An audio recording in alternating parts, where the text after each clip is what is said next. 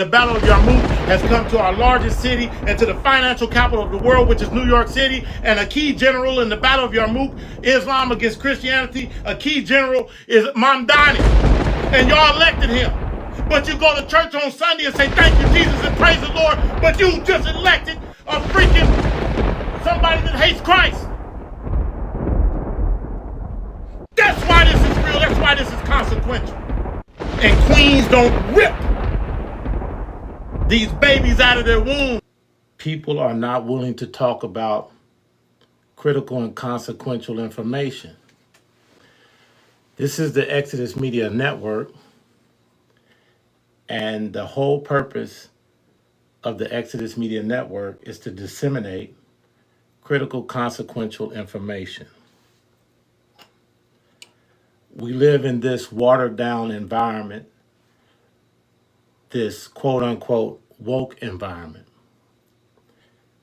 We are not currently living in a serious environment because when individuals like myself want to speak up and speak out about matters that are consequential, we are very quickly shut down and blocked. Many of these platforms do their best to prevent you all from hearing critical, consequential information because it goes against the cultural shift. It goes against this new Luciferian, dystopian New World Order paradigm. We are currently in a dystopian New World Order crisis. Many of you like to reference the Illuminati, and you use that term Illuminati very loosely. In a previous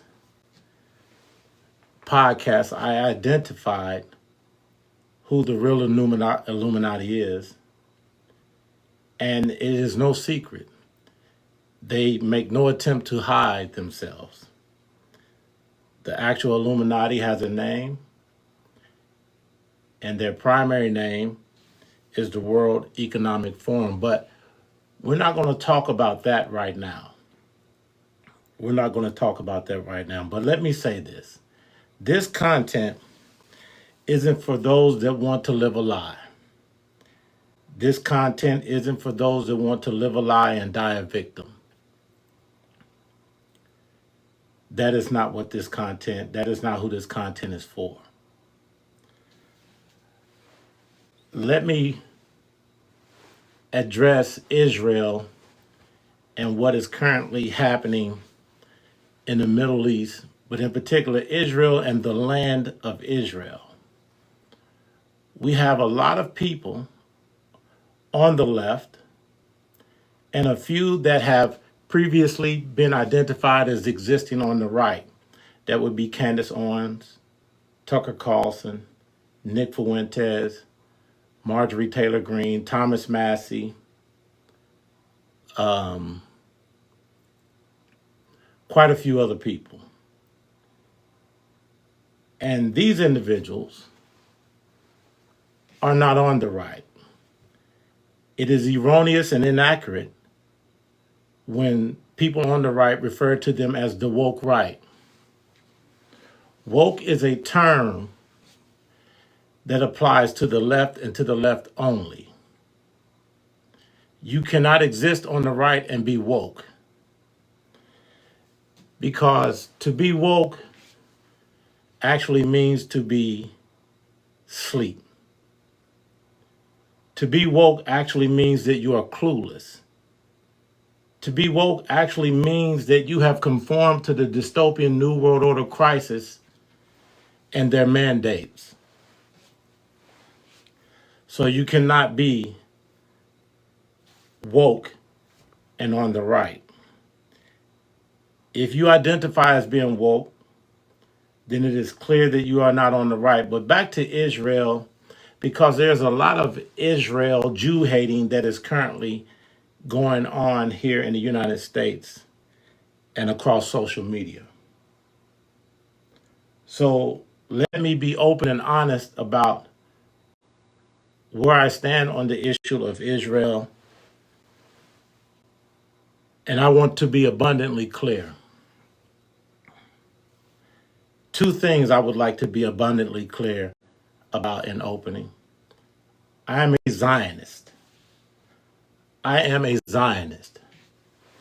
What does it mean to be a Zionist? It's simple. That means that I identify with and accept what took place in 1948 when Israel as a state was given a particular area, a particular landmass to have and govern as their own. But what people don't understand is that prior to Jews, the nation of Israel being given this land in 1948, this land had been previously given to the Jews.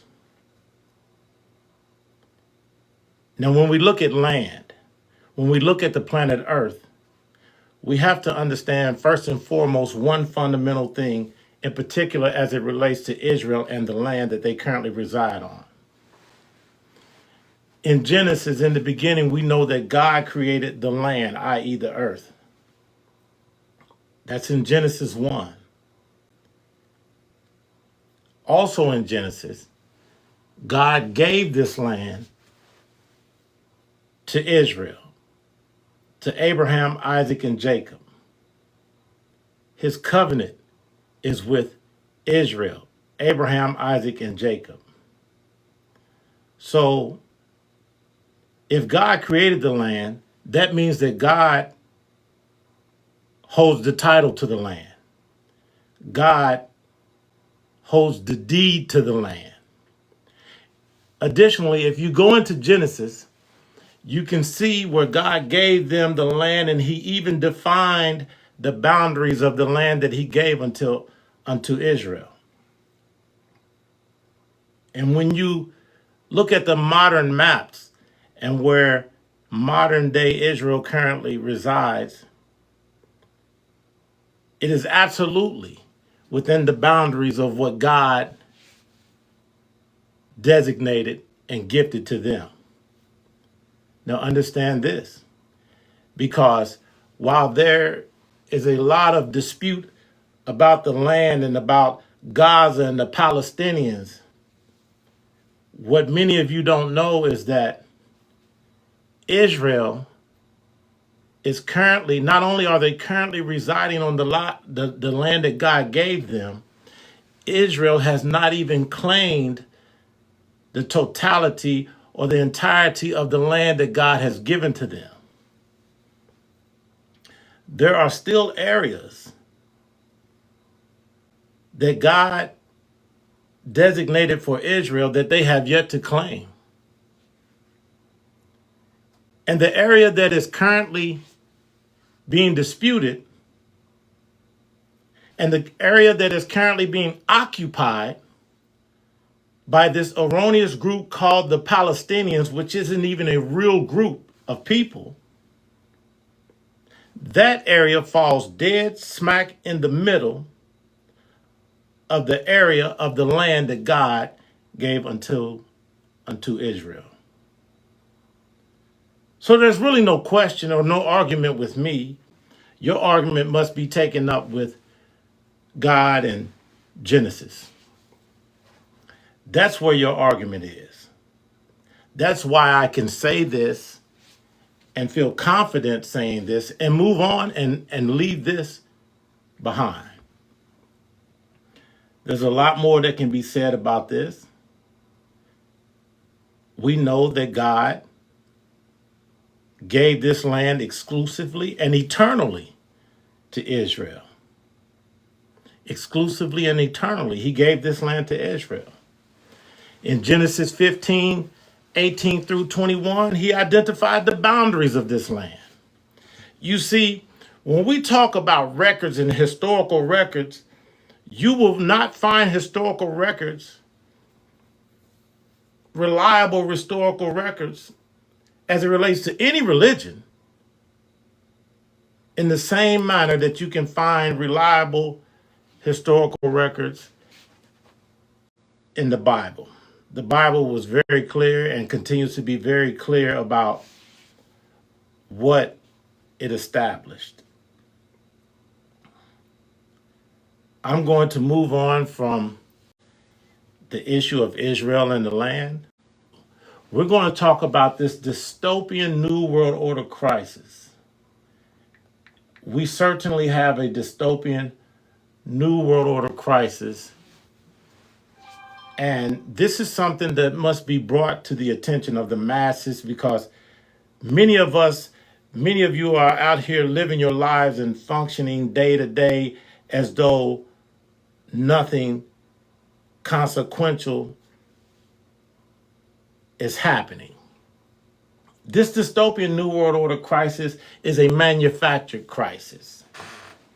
This is a manufactured crisis.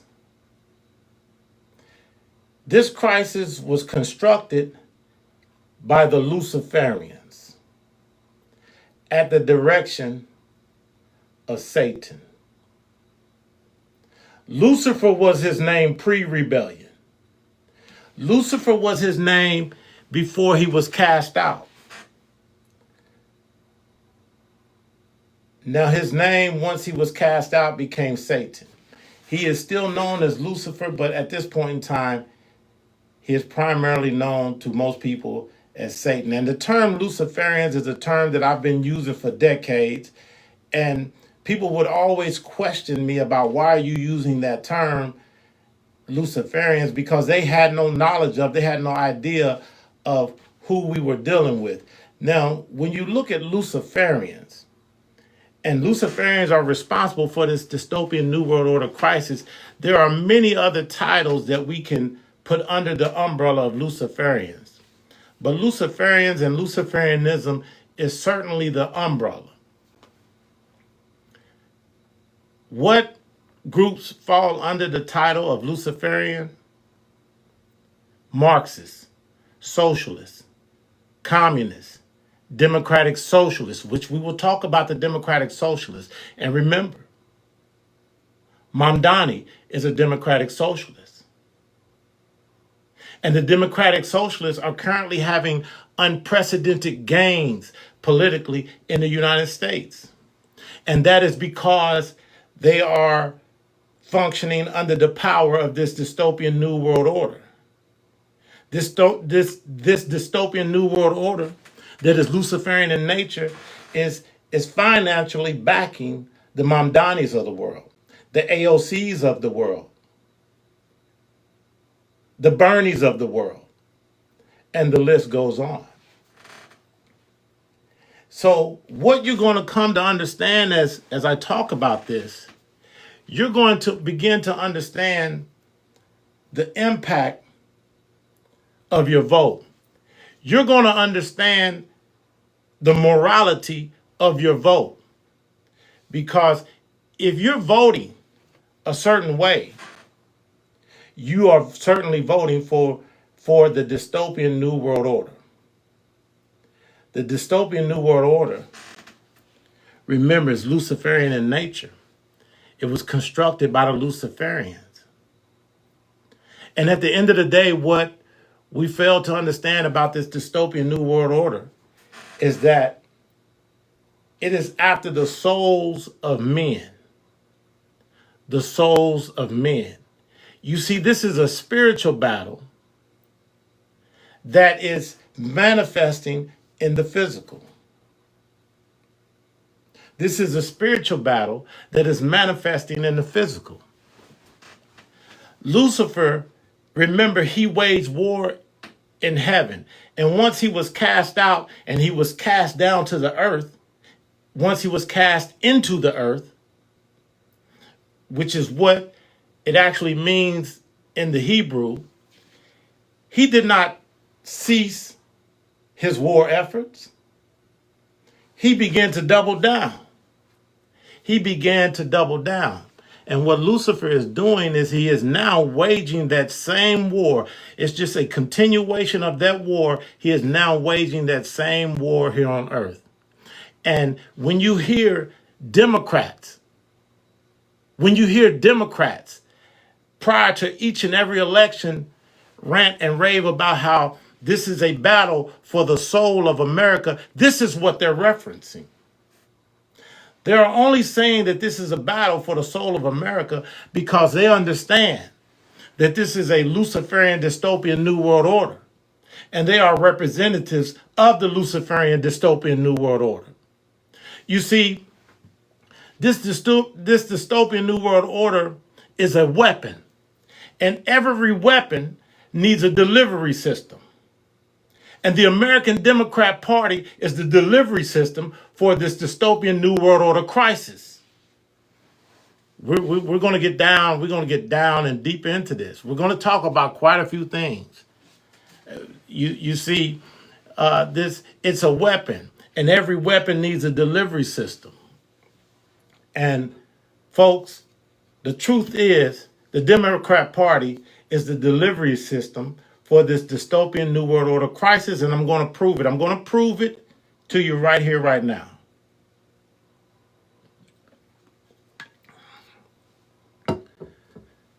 The Democrat Party advocates for sodomite culture. You heard me. You know what sodomite culture is. It is the only political platform that openly advocates for the sodomite culture. And we know that the sodomite culture and sodomite activity is Luciferian, is the sexual physical manifestation of Luciferianism. But ask yourself, why did Lucifer and the Luciferians, but Lucifer in particular, choose to be an advocate and a promoter for the sodomite culture in America? Because remember, this is a battle for the soul. And nothing cuts deeper into a man's soul in particular. Not that women are removed from this, but in particular a man. Once a man begins to engage in that type of activity, it's a very difficult thing for him to overcome. Unfortunately, most men that participate in that sodomite culture never escape that culture. And therefore they die in that culture. And that means another soul lost. Another soul has been transferred to Lucifer, to Satan. Now this dystopian New World Order crisis, and we said that it's a weapon. We said that the delivery system for the weapon is the Democrat Party. I gave you an example of one of the things that the Democrat Party promotes. I'm going to give you another example that the Democrat Party promotes that is undeniably Luciferian, that is undeniably dystopian, and that is abortion. But you've been convinced that the whole idea and the whole concept of abortion can be reduced to a human construct called choice. A human construct called choice. Gentlemen and ladies, I'm here to tell you that if you have subscribed to the idea that an abortion is simply and merely a choice, you've been intellectually outmaneuvered. You've been hoodwinked. You've been deceived. In particular, if you happen to be Negroid, Black, non-Caucasian, non-Caucasoid. And let me make this clear. I say that because the numbers are disproportionate when you look at who's having these abortions. Who's having these abortions? You know, I'm going to let you black people know something. Lucifer hates you with a passion. That's why Lucifer has created the circumstances and the situations that has caused you to gravitate to the Democrat Party. More so than any other group of people. That's because he hates you with a passion. That's why he has constructed 75 to 80% of abortion mills in your communities, because he hates your black ass with a passion. That's why the Democrat Party plays political blackface, using you and exploiting you with no return on your investment, because he hates your black ass with a passion. That's what I'm talking about. You see, black people,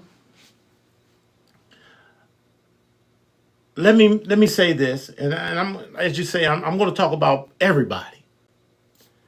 I'm going to talk about everybody and everything. You know, the Democrat Party recently came up with a concept, a construct. See, they love to talk about constructs. If you do your political research, and if you're paying attention, and if you tuned in, you constantly hear the Luciferian left, the Democrats, talking about constructs. Remember, a construct is something that was constructed, and constructed in particular by man. And they're constantly creating these constructs. And these constructs come from the halls and the walls of academia, primarily the Ivy League.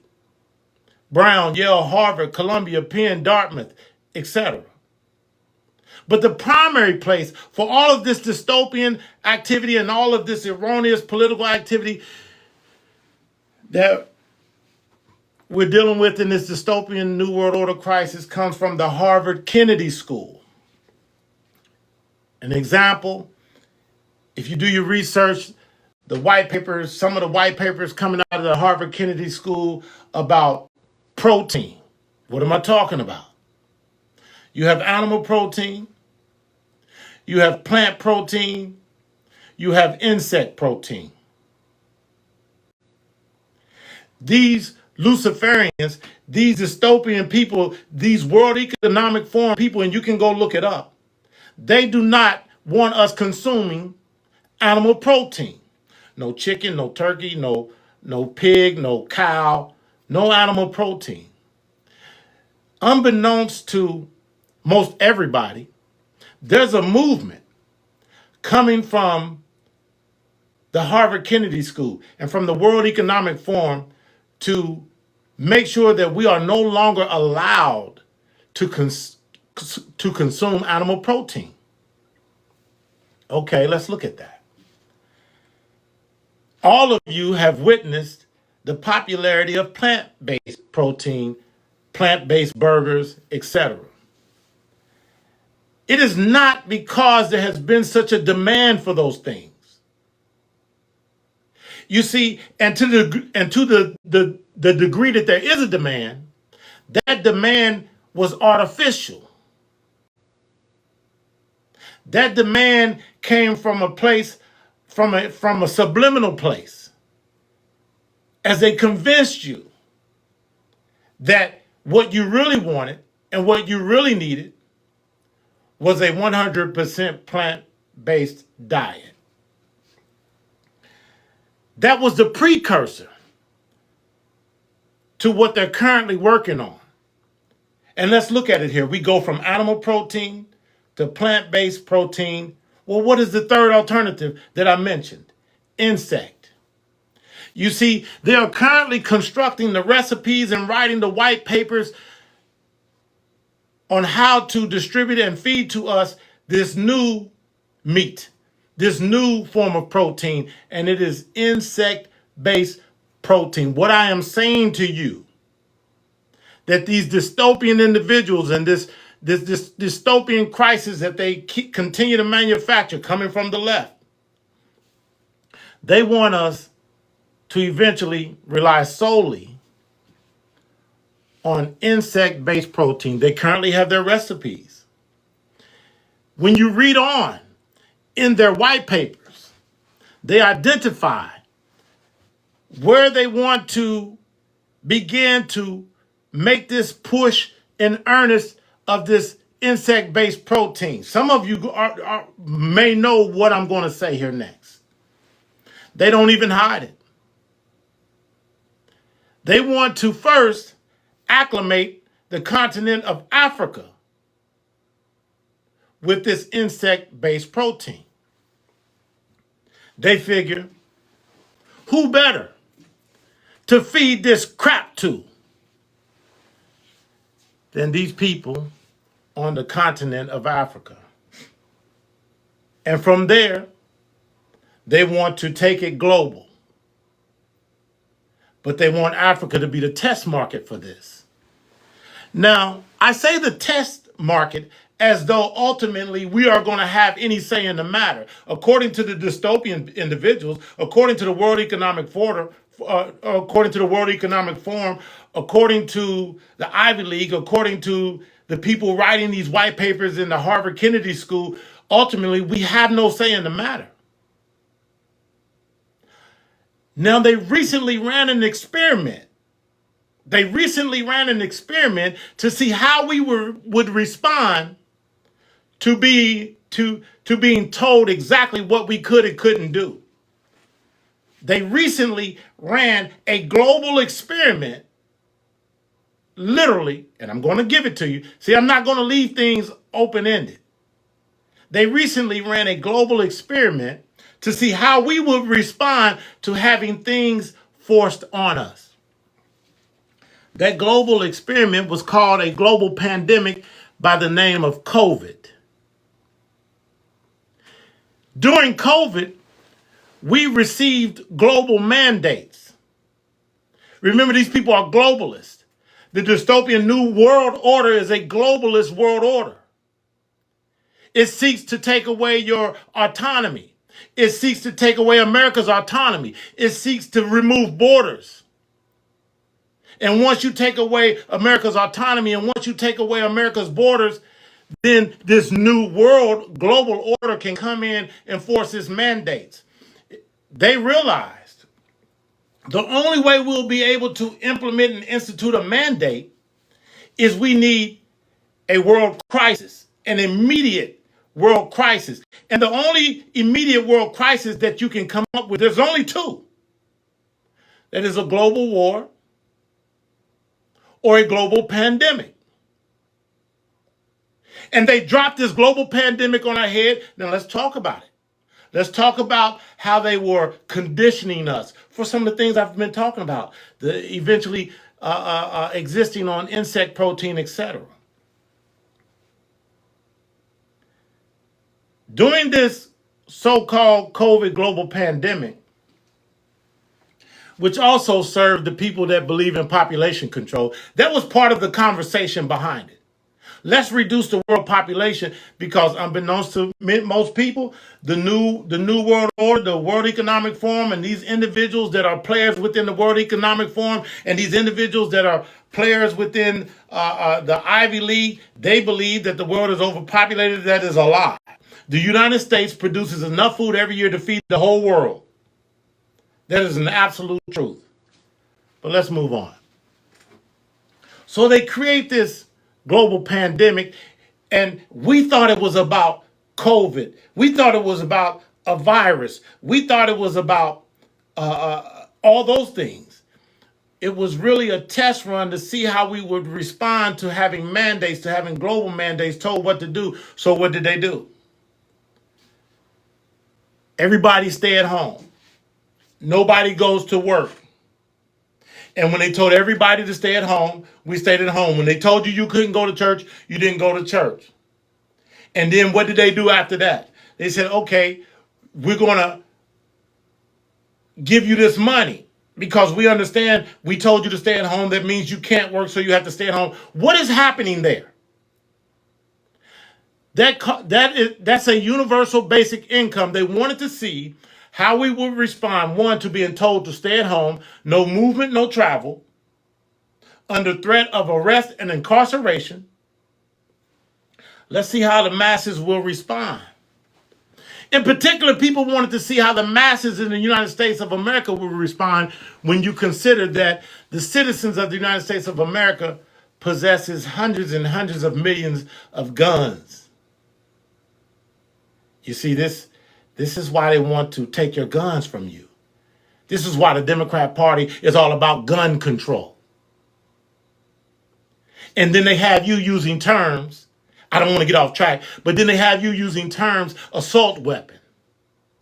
There's no term assault weapon that applies to one particular model or type of gun, because any weapon is an assault weapon once it is used in an assault. And what they won't tell you, that you can go and look at, more people are killed by blunt objects, hammers and fists and feet and boards and bats and things of that nature than are killed by these weapons that they identify as assault weapons. That's just a fact. So why are they not trying to take hammers away from you? Why are they not chopping off hands and feet if they're responsible for killing more people than an assault rifle? Because it has nothing to do with any of that. That's all about power. Listen, they want absolute power, but they know the primary theme between them and absolute power is the American will and gun ownership.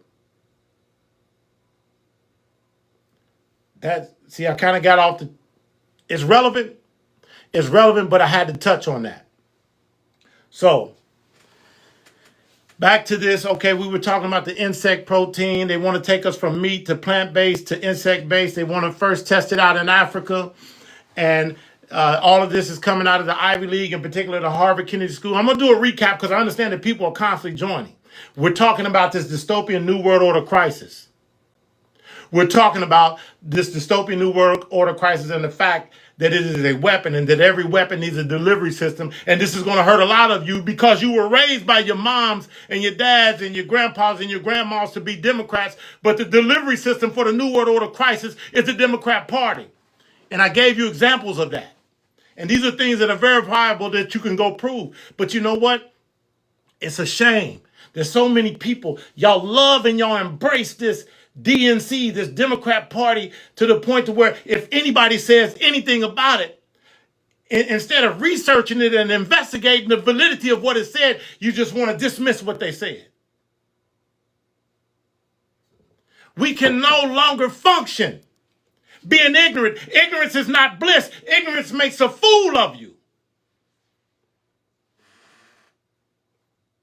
I mentioned in another podcast, speaking of fool, how this started when I was young. This started in the 80s, in the late 80s, and in the early 90s. But in the mid to late 80s, they used to go around and they said, we're going to call one another nigga, Nigga. And they said, we'll show them, we'll call each other nigga, and we'll say it's a term of endearment. I said, no, it's a term of a fool, because they fooled you into believing that it was okay and acceptable to call one another nigga. And in doing that, they made a nigger out of you. Because a nigger is an ignorant individual. I hope you caught that. Listen, this Luciferian dystopian New World Order crisis, I'm talking about this, I'm passionate about this because I know that it was designed to consume and steal souls. And the reason why the primary motivation behind this dystopian New World Order crisis is to steal souls, because this is a spiritual battle. And everybody is so caught up into the flesh and what you can see and what you can feel and what you can hear and what you can smell and what you can taste, to where we're totally oblivious to the spiritual battle that is taking place around all of us simultaneously at one time. Globally, all over the world, there's a spiritual battle. So let's not lose sight of that. And if I can get, let's not lose sight of that.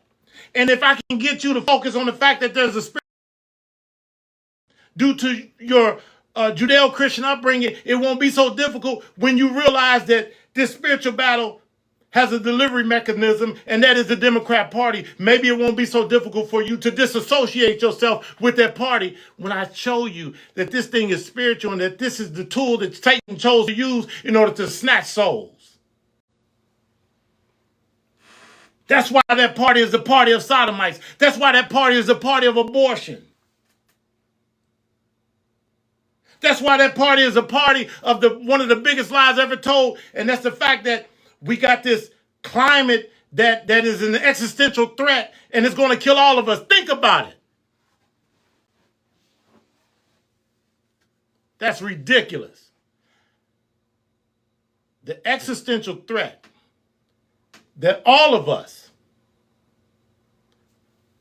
have to look at. This is an existential threat that all of us have a reckoning with. That is death. Death is the existential threat. Not this false climate science. And the climate science isn't even science.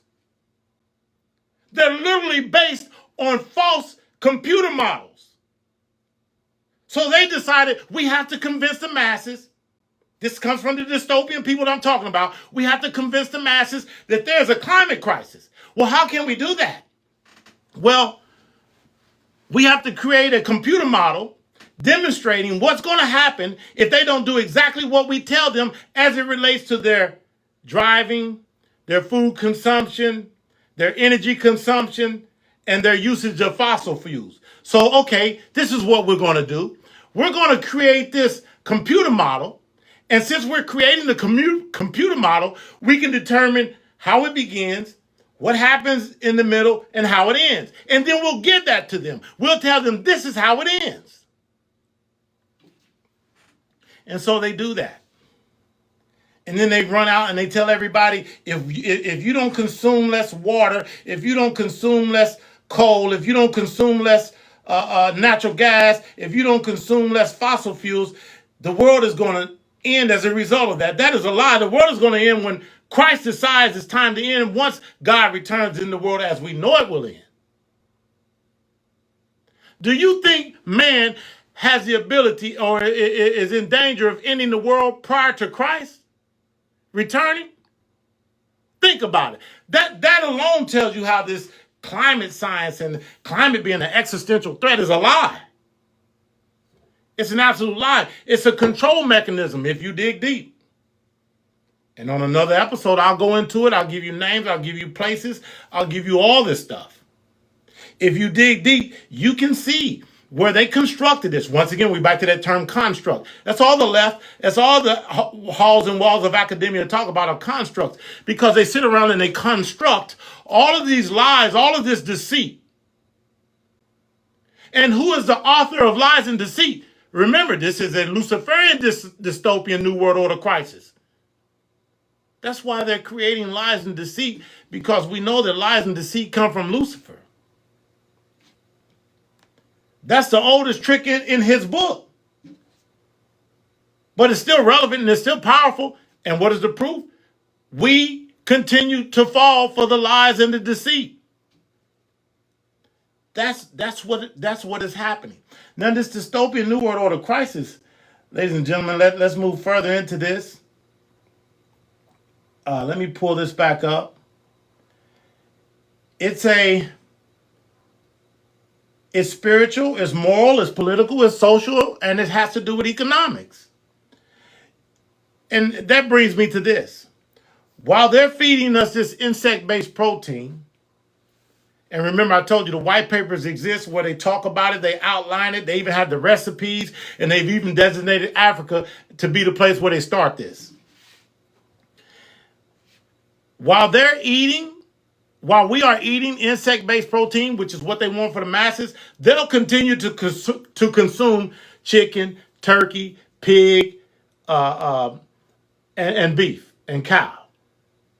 You see, what doesn't change is how they live. I'll give you another example. All of the climate alarmists in the United States of America, notice they're all wealthy millionaires and billionaires. And I will never knock millionaires and billionaires because they work for that. They earned that. And I'm not going to hate on wealth creation. And you shouldn't either. And you're being fake if you do, because most of you're spending your whole lives wanting to create wealth. So don't be mad because somebody has created more wealth than you at a faster, more expeditious pace. Let's not be haters. Let's keep it real here. But my point in identifying the millionaires and the billionaires that are running around talking about this climate crisis, they're fraudulent, they're fake, because all of them have multiple mansions, all of them have multiple private jets, all of them have multiple low mileage expensive cars, Bentleys, Rolls Royces, etc. So they are on the apex of consumption while telling us to consume less. while telling us to consume less. And let me throw this out here before I forget, because I want to touch on a lot of things. They're telling us to consume less. I got two things I want to touch on. They're telling us to consume less. But let me go back to this. They believe in this concept here. Some of you may have heard it, some of you haven't. But let me just throw it out there. They believe in this whole moniker of never let a good crisis go to waste. Now, follow me. Never let a good crisis go to waste. Doesn't that sound dystopian, clandestine, Luciferian in nature? Never let a crisis go to waste, when in reality we want to avoid crisis? But they take that, the Democrats, the left, these people I'm talking about, and they run with that. And they talk about that in their meetings, and they're always trying to identify crisis, and so that they can use this crisis to exploit the masses, and to condition us to accept certain things. The video exists of Fauci, who is a fraud, who is a criminal, who should be strung up and hung. But the video exists to where he forecasted that this whole COVID thing was going to happen during the Trump administration. So they had already pre-planned this. He's at Georgetown University speaking. Go look it up. Now, how in the hell would Fauci know that this was going to take place? Unless he had something to do with it. And now that we have access to his records, to his emails, and we know that he was the head of the NIH, what did he do? What have we discovered? That the NIH was funding the gain of function research. What is gain of function research? At the Wuhan Institute in China, because it was outlawed in America, what is gain of function research? That's where you take all of these horrible things, these viruses, these bacteria, these diseases, and you play with them. And you test them in a laboratory to see what impact they will have on human life. And then they sit back and they say, well, we're just doing this in case somehow these things come together organically out here in the environment, and then they choose to jump into men. So you're telling me that you're doing all of this gain of function research, playing with all these deadly viruses and so on and so forth, because you're concerned that one day they might jump from animal life into men and women. That's not the case. You see, picture this. And remember, this is all part of the dystopian New World Order crisis. If you go to a facility where they have all of these horrible things stored, here's what happens. There's levels of security based on how dangerous the particular gain of function item or entity is. And the things that have 100% kill rate, there's more barriers of security in theory to protect us from that, so that it is not allowed outside of this facility and into the general public, where you will most certainly have a 100% kill rate. And let me throw this in, because we were having this discussion the other night on a call. If something ever escapes one of these institutes, one of these research facilities, and it has a kill rate, I would say above 50%. But in particular, some of the more horrible things that have a 80, 90, 100% kill rate, at that point in time, all you can literally do is everybody has to try and go to a remote area and avoid other people. That's all you can really do at that point in time. Find the most remote area for you and your family and avoid contact with other people, because many of these things that are super deadly can go airborne, and it's not a good thing. But we'll move past that and move on. Remember, this dystopian crisis, first and foremost, is spiritual. Why is it spiritual? Because it began with Lucifer. Okay, it began with Satan, and I've already explained to you about the tools that Satan is using. I named three of the primary tools, which is the sodomite activity in that community and pushing that whole agenda, abortion, which is absolute murder, and And Satan understands the impact that sodomite activity has on the souls of men and women. He understood the impact that abortion has on the soul of a woman and how difficult it is for her to recover from that. And so he very carefully chose those items as his primary tools in this dystopian New World Order crisis, because remember, at the end of the day, it's about stealing souls. But let me say this New World Order is designed to venerate the attributes of Satan. What I mean is it was designed to amplify the attributes and characteristics of Satan in a positive light, in a positive portrayal. And what do I mean by that? Once again, here's what I mean. So just understand, remember, the dystopians, the Luciferians, they want to venerate, portray in a positive light all of this dystopian stuff. So how do you portray sodomite activity in a positive light? You say it's pride. And people can accept pride. They think, okay, I can accept pride, but remember, pride preceded the fall. In the biblical text, pride preceded the fall. And we currently see the fall of man.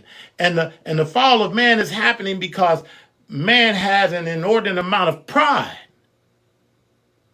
The sodomite community has an inordinate amount of pride. That's why they're falling so hard. That's why their numbers are diabolical and off the charts as it relates to suicide, as it relates to disease, as it relates to AIDS, as it relates to all these things. It only makes sense that the most prideful community would have these high rates of self-destruction. And many of you are going to struggle with what I'm about to say now. Why do you think the black community has such high rates of horrible things happening within the black community? Oh, listen. James Brown made a song. The song was called I'm Black and I'm Proud. And we took that song and we ran with it. And all of this idolatry that you see as it relates to black pride and melanin, literally came out of that movement. Because prior to this whole idea, this whole construct of black pride, black people didn't think like that. We were a normal thinking people. We were a hardworking people. We were a self-sufficient group of people. We were a group of people that knew how to overcome circumstances, and we did. And as we overcame circumstances, we never identified as victims. That's a new thing. After slavery, after the Emancipation Proclamation, those black slaves did not identify as victims. They identified as free people that were bound and determined to assimilate and rise up. And they assimilated and they rose up. And if you look throughout history, never before in history has a group of people gone from virtually absolute zero literacy to where blacks had risen as it relates to literacy, and we did it in record time. It's never before been duplicated in history. And all of that was done. We could have never done that, but I'm saying if we were identifying as victims, as the Democrats, as the left, as the Sharptons, as the Jacksons, he's now deceased, all of these people on the left want us to identify as victims. They want us to identify as victims because there's money in that. There's money to be made in that. If you look at the BLM movement, look at the billions with the B of dollars that they raised. It was raised off the whole idea and concept of victimhood. And where is that money? Where is that money? That money is nowhere to be found. And you can go and look up their records and you can see how the three females, and I say females for a reason, because I don't just reward females with terms like woman, women, ladies, etc. Those are things you've got to earn. So I certainly don't use the term queen. That's erroneous. There are no queens. There are no queens. There's no white queens. There's no black queens. There's no Hispanic queens. There's no Asian queens. Queens don't exist. And that's actually juvenile, and it's very juvenile in the way that we use it. Stop using it. It's embarrassing. And queens don't rip these babies out of their wombs and call it a choice and do it as a matter of convenience on demand so whimsically. You're not a queen. And many of you guys, you identify with your mama too much. Your mama's boys. You love mama so much to the point to where y'all done made her a deity. So you're worshiping mama. That's idolatry. And you'll go to hell worshiping mama. You'll go to hell worshiping melanin. That's why you got this black identity that precedes your Christian identity. Y'all so worried about what color was Jesus. He was of a darker complexion. That doesn't make him Negroid. That doesn't make him African. There's other dark peoples around the world, in particular in that area of the world where Jesus was, that were non-Negroid, but just as dark as many Negroids. Stop saying this. Stop calling him black. Just call him of a darker complexion, but it's highly irrelevant what actual race he was at the end of the day, because it has nothing to do with your salvation. It has absolutely zero to do with your salvation. Now, I talked about how this New World Order amplifies the attributes and the characteristics of Lucifer and portrays them in a positive light. So we're going to move on to something else. Everything can't be covered in one segment. Rome wasn't built in a day. But I'm going to talk about this right here. The Democratic Socialists of America has infiltrated the Democrat Party, and this is highly consequential. And remember, we deal in consequential information here at the Exodus Media Network, Exodus Media Network on YouTube as well, Exodus TV on YouTube as well. Subscribe. Go on over there and subscribe, because this today is me reactivating all of these networks, all of these channels in earnest. And I'm going to be putting out a lot of material, a lot of consequential information. Going to be putting out a lot of stuff that I want you to go and fact check. Going to be putting out a lot of specific information on specific subjects and topics that you can fact check that, believe me, they do not want you to know about. Believe me, they do not want you to know about it. Let me say this. This Democratic Socialists of America, DSA, Mamdani, Bernie Sanders, AOC, and there's a long list of them. And they're winning office. They are being elected to office. They are winning primaries. And you'll notice that many of them are Muslim. Now, most of them are Caucasians. Most of them are Muslims. But they win as a result of the overwhelming support that they get from black people, but they get even more support from young whites between the ages of 18 and 29. So they get a ton of support from the young white millennials, from the young white Gen Alphas, from the young white Gen Zers. And I actually have the numbers. You take Mamdani, for example. And this is very important. And I got another note here. I want to talk about the Battle of Yarmouk, which was the first battle between Christians and Jews in 632, 636 AD.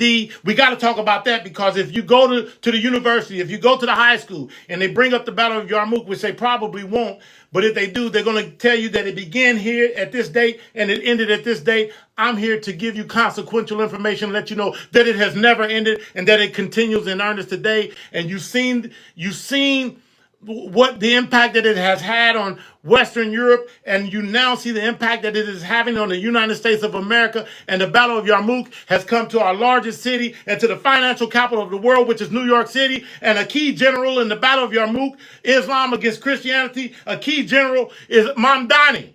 And y'all elected him. But you go to church on Sunday and say, thank you, Jesus, and praise the Lord. But you just elected a freaking somebody that hates Christ. That's why this is real. That's why this is consequential. You're not going to get anything else like this anywhere. Everybody else is going to blow smoke up your ass. They're going to massage you and tell you things that you want to feel, that makes you feel good. They're going to stroke your ego because they know that'll cause you to... Yeah, I'm losing it. It'll cause you to subscribe. It'll cause you to hit subscribe. It'll cause you to hit follow. It'll cause you to contribute. It'll cause you to give them some money. So they're going to tell you those things. Listen, I can certainly tell you this. I'm keeping it real as hell. Because I know what I'm saying ain't going to cause you to subscribe. Ain't going to cause you to hit follow. And certainly sure as hell ain't going to cause you to donate a damn thing. But while we're at it, I will tell you. You can cash at me at cash sign Exodus EXODUS 12. Or you can Venmo me at Allen ALANMC 2000. Yes, absolutely. I'm gonna keep it real with you. Because I'm all about the rapid dissemination of consequential information. I've written pamphlets. I want to print those and distribute those. I currently have plans to go on this tour around the country where I'm literally getting in the automobile, loading up with all types of literature and stuff that I've already printed. As a matter of fact, I'm just going to give you this. I'm going to grab this. This is just some of the QR codes that I've printed. I'm going to hold these QR codes up for a second in case somebody wants to scan these QR codes. And this will take you to Exodus TV. And from there, you can find your way to the Exodus Media Network. And you can begin to familiarize yourself with me and with the content. Listen, let me put that back up. If you want to scan it, I hope you can scan it. I'm trying to hold it steady, trying to hold it up long enough for people to scan it. If you're watching on your phone, that'd probably be a problem, but here's my point.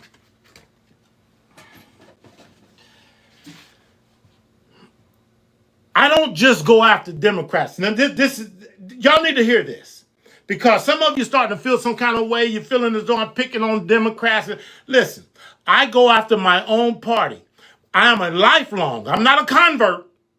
I'm a lifelong Republican. I'm a Frederick Douglass Republican. I'm a conservative. Why am I that? Because I actually know that there never was a big switch. But I can't even talk about that right now because it's too deep. And I'll try to make a note to talk about the big switch because I can prove to you that it never happened. See, I deal with proof. So I'm going to literally, as I'm talking, I'm going to write this down. Big switch. That's another scam from the dystopian Luciferian left.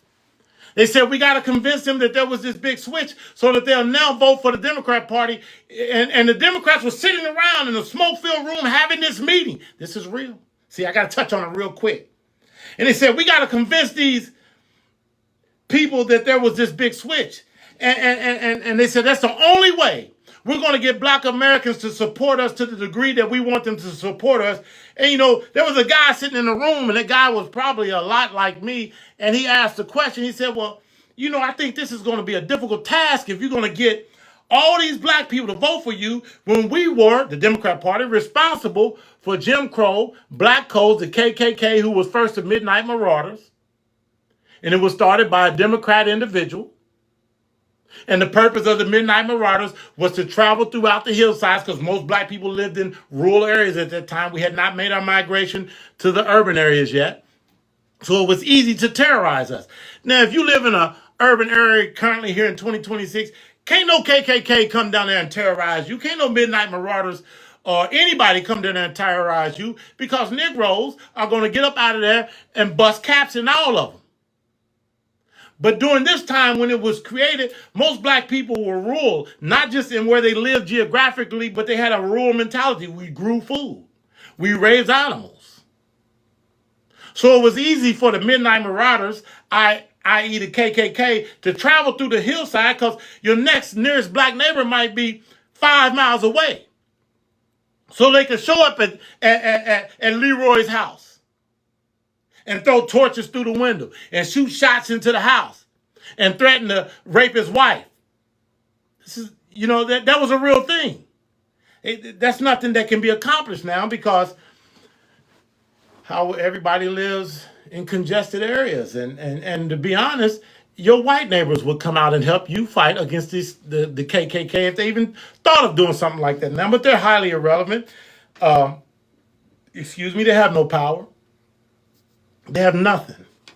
But let me say this. You know, the party that created the KKK, the Midnight Marauders, Black Codes, Jim Crow, lynching, and then this whole liberal movement that we are embracing, identified with. You know, the liberal movement was created to keep us in this new form of slavery. The liberal movement became the new plantation. Let's get them all psychologically into this liberalism. And from there, we can control their minds. We can control their thought processes. We control how they vote. We can control whether they abort their babies or not. We can control all these things that we need to control. And now these same Democrats have started the big replacement. The big replacement is, they are tired of supporting the black electorate. And what do I mean? I don't know if you know this or not, but the first Tuesday of November is election day. Always in America. It cost the Democrat Party billions of dollars to mobilize the black vote because they understand that they need this black vote in order to win. So they've grown tired of financing the black vote, getting black people out to vote. They've grown tired of this. So naturally, they were looking for a way to wean themselves off of the black vote. They came up with a clever idea. They said, well, we have to replace the black vote. But who? Who are we going to replace it with? Well, the next thing they concluded, well, how about Hispanics? How about we begin to open the borders, as you saw during the Biden-Harris administration, 21 million new illegals. 21 million new illegals in 4 years. There's only 40 million black people in America.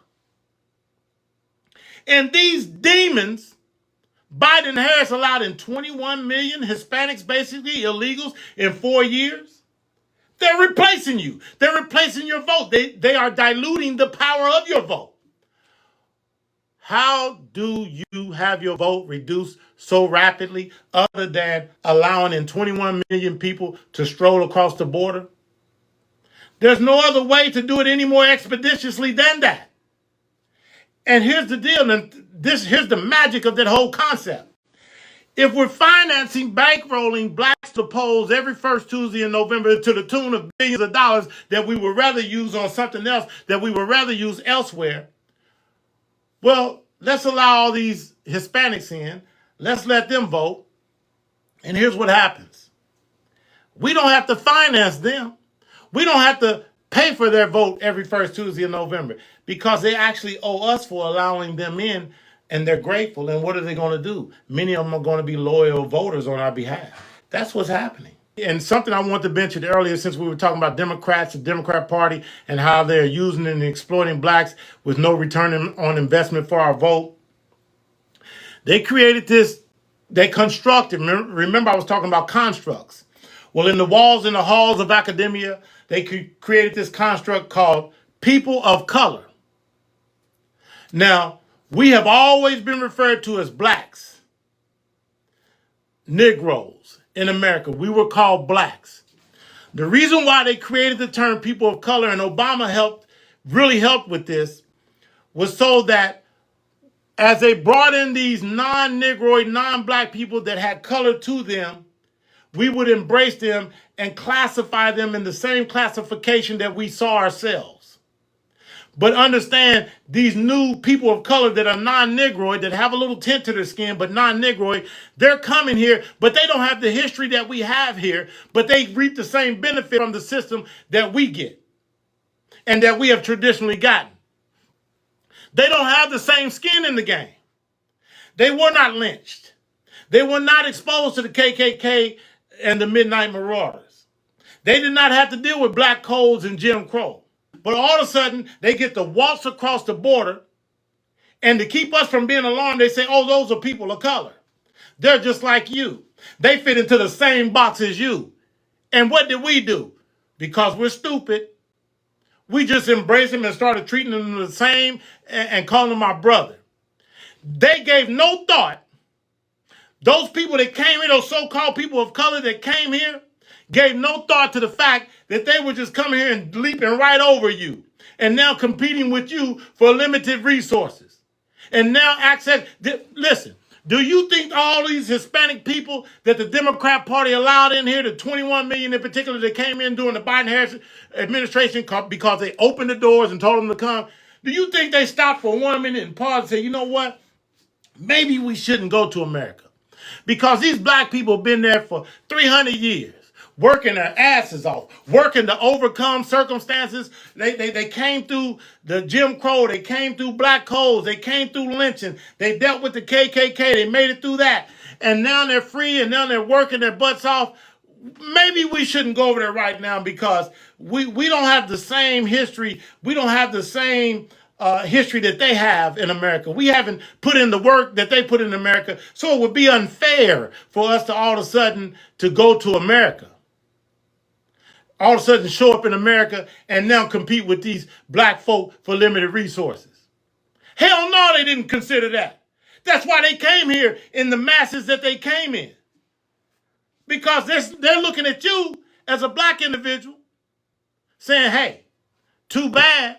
I'm going to go over here and I'm going to get what that nigga got or ain't got. And y'all just embracing them and so happy to have them here. But go look at the videos of them in Chicago and New York, the black individuals, mad, angry that the Democrat Party, the Democrat administrations control all of the major metropolitan areas across the country and the minor metropolitan areas across the country. Go look it up. Go look up all of the elected officials in Cincinnati, where I'm at, Cincinnati, Ohio, Cleveland, Columbus, Indianapolis, Louisville, Lexington, New York, Chicago, Pittsburgh, Philadelphia, Detroit, Indianapolis. I don't give a damn. You name it. They're all controlled by Democrat Party administrations. And they're all called sanctuary cities, meaning that they said, come on, you illegals, come on in here. We're going to pile you in here with these Negroes, have you competing with them for limited resources, because we don't give a damn about these Negroes and their struggle and what they're working to accomplish. And y'all fell for it. And here's the horrible, terrible thing that shows that you got a spiritual stronghold on you from Lucifer. You're going to go out and vote for him the first Tuesday in this next November coming up. You's a fool. Ain't nobody going to tell you this because everybody want to be your friend. Everybody want to be liked. Don't nobody want to be ostracized. I don't give a damn about being ostracized. I don't give a damn if you tell me you're going to take my black card or any of that bullshit. It's erroneous and irrelevant. And I'm a damn man. I can stand alone if need be. And I stood alone and I continue to stand alone.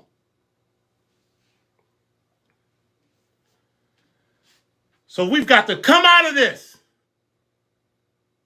The Democrats, the Luciferians have had a monopoly on black people for too long. We've got to come out of this spiritual. This is a spiritual bondage. We got to come out of it. It's a political spiritual bondage. We got to come out of it.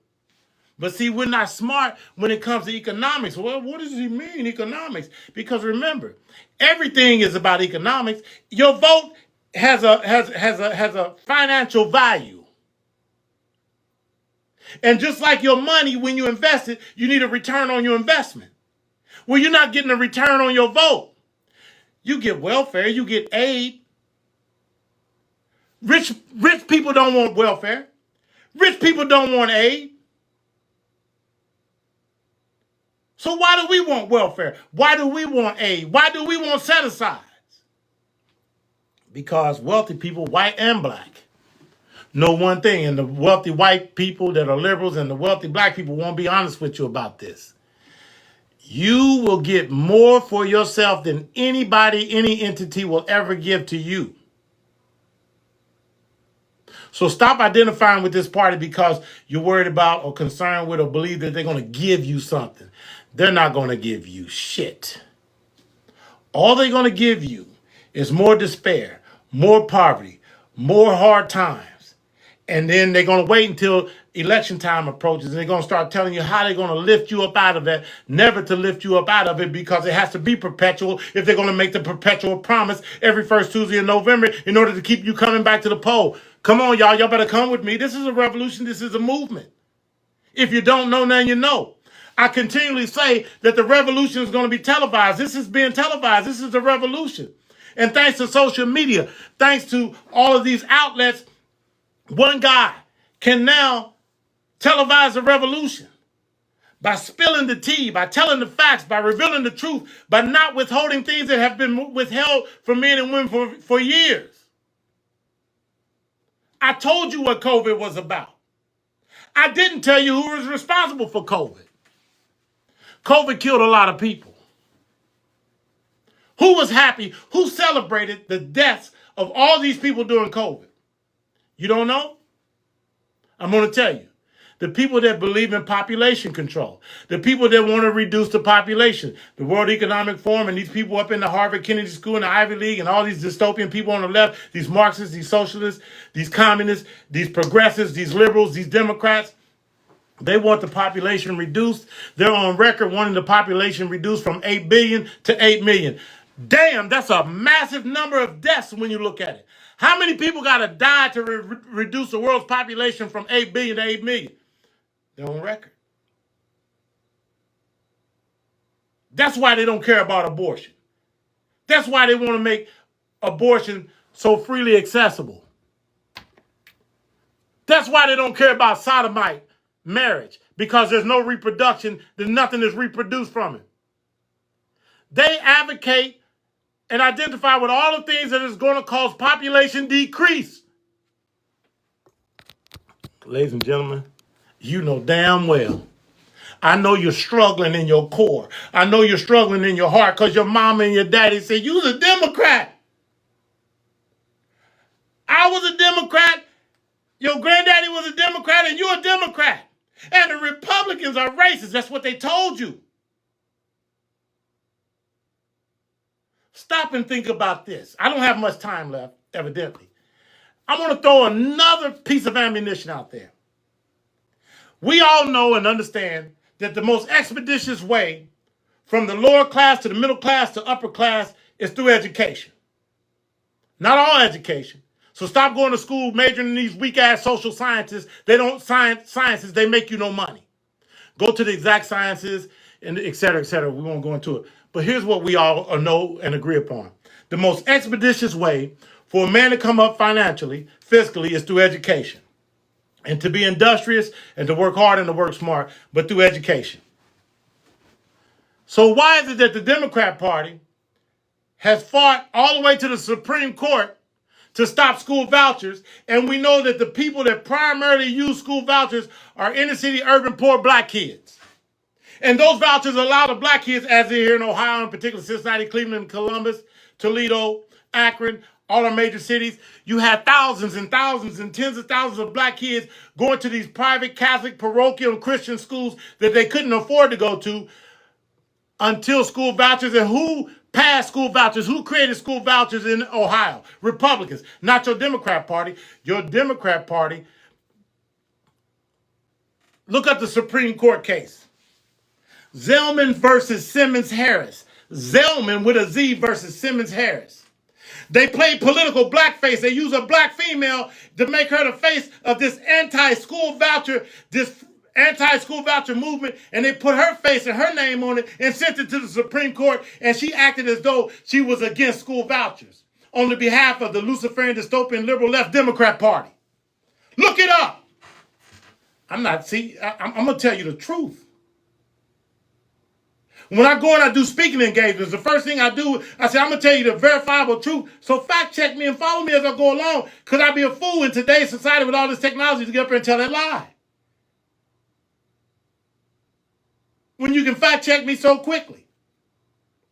So they use this black woman out of Cleveland, Ohio, and put her name, stamped her name onto this effort to stop school vouchers, because the Democrat Party, just like the slave master, and we know that Republicans never owned slave, Democrats only own slave because the Republican Party was created to stop slavery, and the first Republican to ever own a slave inherited that was Ulysses S. Grant, and as soon as he inherited, I'm going to give you enough information to change your hearts and minds and to lead you away from where you currently are. But if you refuse to be led away, if you want to stay there, that's fine.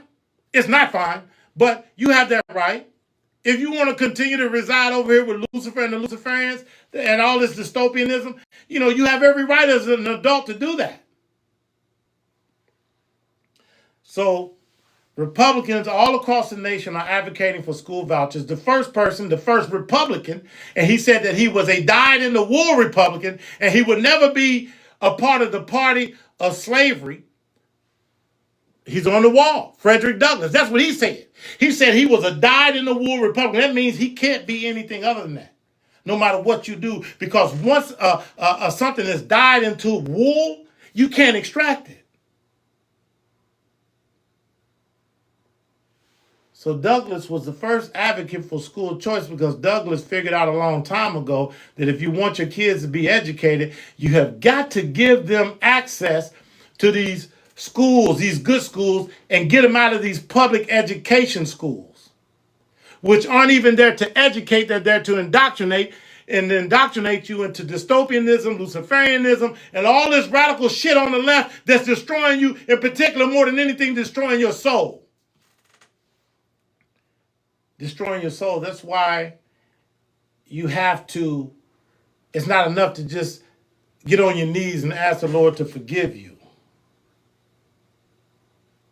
And we can do that over and over again. That's why you got to get on your knees, and what you really have to ask for is that he will turn you away from, because that's what it really is. You have to turn away from something in order to be free from it. You're not, so don't get down and just ask for forgiveness. Ask to be turned away from it, as you need to be turned away from this dystopian, liberal, Luciferian, leftist Democrat Party and all of this stuff that I've been given to you, that they're doing to you, all because they want to snatch your soul.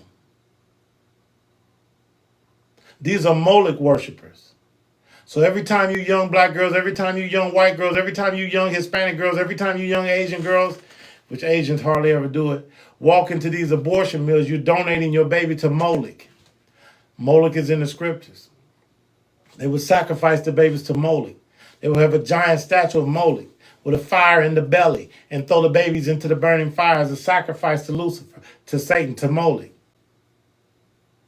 Didn't I tell you your Democrat Party was Luciferian? Aren't they the party that promotes abortion? Aren't they the party that tells you to do it? Aren't they the party that lies to you and tell you it's not a life?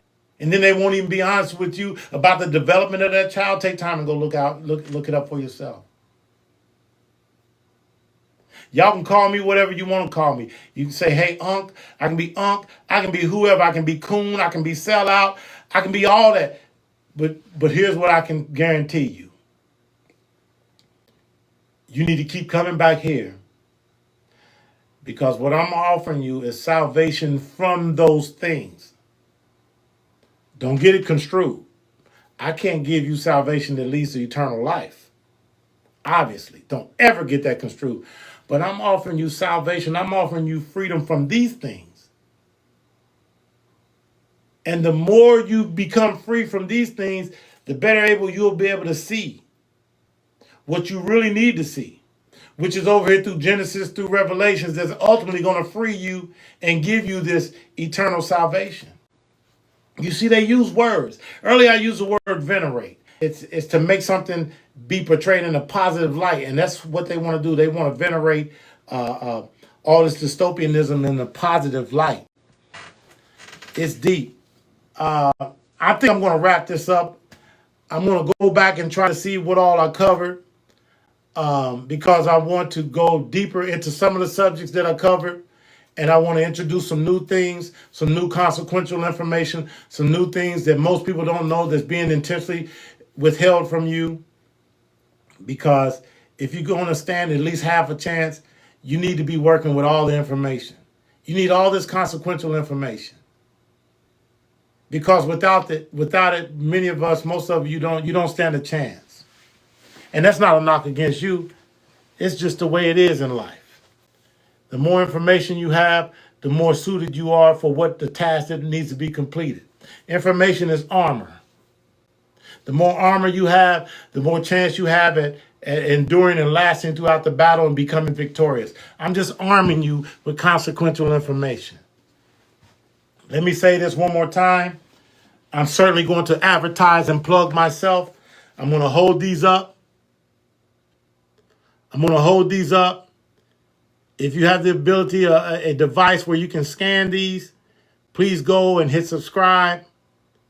When you're watching anything on Exodus TV, when you're watching anything on the Exodus Media Network, at the bottom of the screen where the ticker is, you will see how you can donate, contribute to the Exodus Media Network. I didn't get to go completely into the trip that I'm planning on taking in order to promote the truth and all of the things that have been withheld from people and continue to be withheld from people. You can see where you can donate via Cash App, which is the cash tag Exodus, EXODUS12. You can see where you can donate via Venmo, which is Alan, ALAN, MC, M as in Michael, C as in Cat, 2000. The number 2000, Alan MC 2000. If your heart isn't hard, if you're not so angry, if you have any light anywhere in there, go and at the very least follow and subscribe. Whether it's on TikTok, Rumble, Exodus TV on YouTube, or Exodus Media Network on YouTube. I'm going to begin to talk about some of the things that I have written into these pamphlets. Just consider everything that I'm saying. Do your own research. And let's see what we can accomplish, what we can come up with together. And if we can start this, well, the revolution has started. I started the revolution. Join me in this revolution against all of these things that I've been talking about. Join me in this revolution. Give your life meaning and purpose and join this revolution. And remember that the revolution is being televised. And when you go to my channel, you're going to see some images and things I'm going to show you of things. And that is all part of the revolution being televised. You're going to hear some of the things that I'm going to say. That is all part of the revolution being televised. And another thing I want to talk about that I didn't get to talk about, and I'm going to give you people some nuggets as it relates to my party, the conservatives, the Republican Party. I'm going to talk about them, and I'm going to be honest with you, and I'm going to tell you about their shortcomings and the problem that I'm having with them and how they are beginning to mimic the Democrat Party and fall into the same abyss that the Democrat Party has already fallen into and been baptized into. And I'm fighting with other black conservatives, other Frederick Douglass Republicans to prevent this from happening. See, I can be honest with you. And here locally in Cincinnati, Ohio, Hamilton County, let me tell you, nobody likes me. The Democrats that know of me hate me. Many Republicans are pissed at me. And they say to me, Alan, why do you got to attack us? Why do you got to come after us? Because I tell them, if you ain't right, having an R by your name is not going to protect you. Having an R next to your name isn't going to shield you from me. Because I'm tired of y'all sitting there, all you fake Republicans, fake conservatives, sitting up here perpetrating, damaging the brand. The brand means something to me. And it means something to me because that gentleman back there, Frederick Douglass, although the history books won't attribute it to him, I can prove how he's responsible for the party being started. He made them start the party. But the white gentlemen, whose names will come up, if you look up the Republican Party and who founded it, their names are going to pop up. But they only started the party because of his urging. He's the one that told them, if you're going to stop slavery, you got to do it through political agitation. He said you got to have a political action group in the form of a political party. And so in 1854, the Republican Party was started. And if you go and read the original documents, which I'm going to read it online, and explain to you the depths of what it's saying because of what those words and the terminology meant at that time, which I recently had to do for some Republicans to straighten them out. So we're going to talk about these Republicans. I'm making a note again. Talk about these Republicans because I want you Democrats. I want you so-called independents, which there really are no independents, and we'll talk about that too. Let me write that down too. We'll write that down. Independence. I want to talk about this next time. And it's going to blow your mind because on the surface, when you hear me say, what the hell does he mean there's no independence? I can prove it. And I'm going to talk about these independents. And I'm going to talk about these Republicans. I'm even going to talk, I even want to talk about the libertarians, who I can't stand. So I'm going to write them down too. And this is consequential information. I'm going to educate you to the degree that I can educate you. I don't know how much you know, but we'll find out. You'll find out if you tune in. So, with all that being said, I assume if you subscribe, you'll get an alert. My goal is to maybe go online tomorrow. As of now, I'm going to say around 7, 8 o'clock. We'll see. Listen, back to the Republicans. I fight with them locally. I piss them off. I fight with them in the state of Ohio. I fight with our state chairman. He's full of shit. Our local Hamilton County Republican Party chairman, he's full of shit. Many of the people running around here claiming that they're Republicans and conservatives, they're full of shit. So, needless to say, I'm not a favorite. But that doesn't matter because this is my party.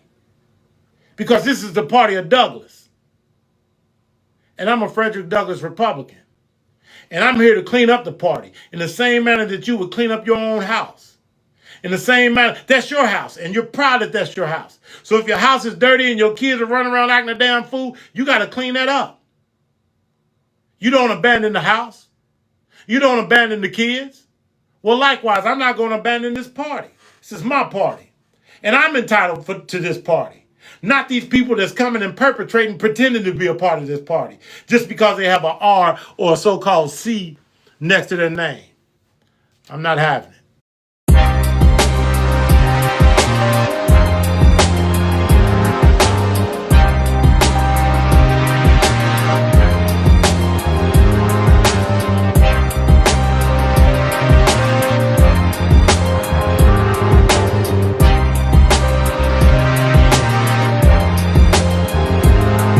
Could you be so sure is what he asked me, to put your faith in a God that you can't see?